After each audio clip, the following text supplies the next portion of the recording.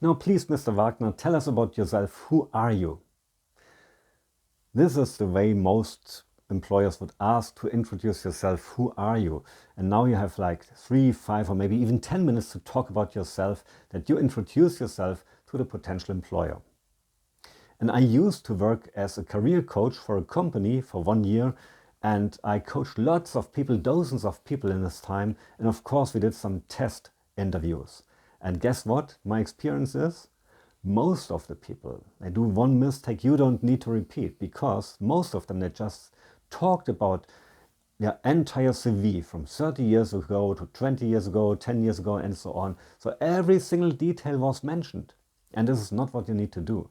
You just said highlights. What are the most important, the most interesting matches you can share with your experience to the future employer?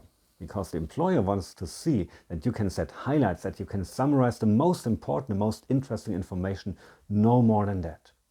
And in the best way, you could also share 1 or 2 short anecdotes, but without sharing the whole story, because if they are interested in more details, they will ask you.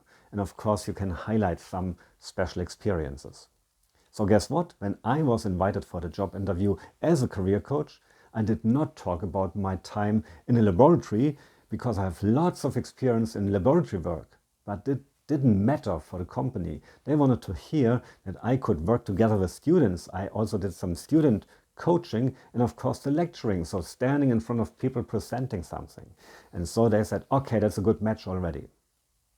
Second mistake I observe quite often is that people, they stick in the past. They do not transfer their skills to the future position. So the future position, you should know about what can you expect, what is the idea, what they have about you to contribute to their work in a new company. And ideally, this is more like a talk. It's not like a monologue, but it's more that you also ask a few questions, whether there's a right fit or the right match between your past experience and a future position. And this is more like a dialogue. The third point is talk at eye level.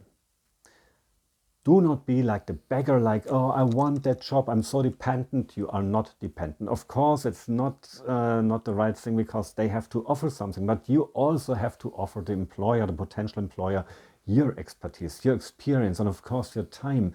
And you will get some money back for that, and not only money, but hopefully a very positive environment, people you work together with, and so on. So you are not a beggar, but you are an expert who has something to offer. So talk at eye level and find the right attitude in advance, of course. So this is my third tip. If you follow these tips and if you implement them in your job interview, there's a great chance that you will be part of the inner circle of those people who are potential employees for the company. And I already wish you good luck and lots of success with your next job interview.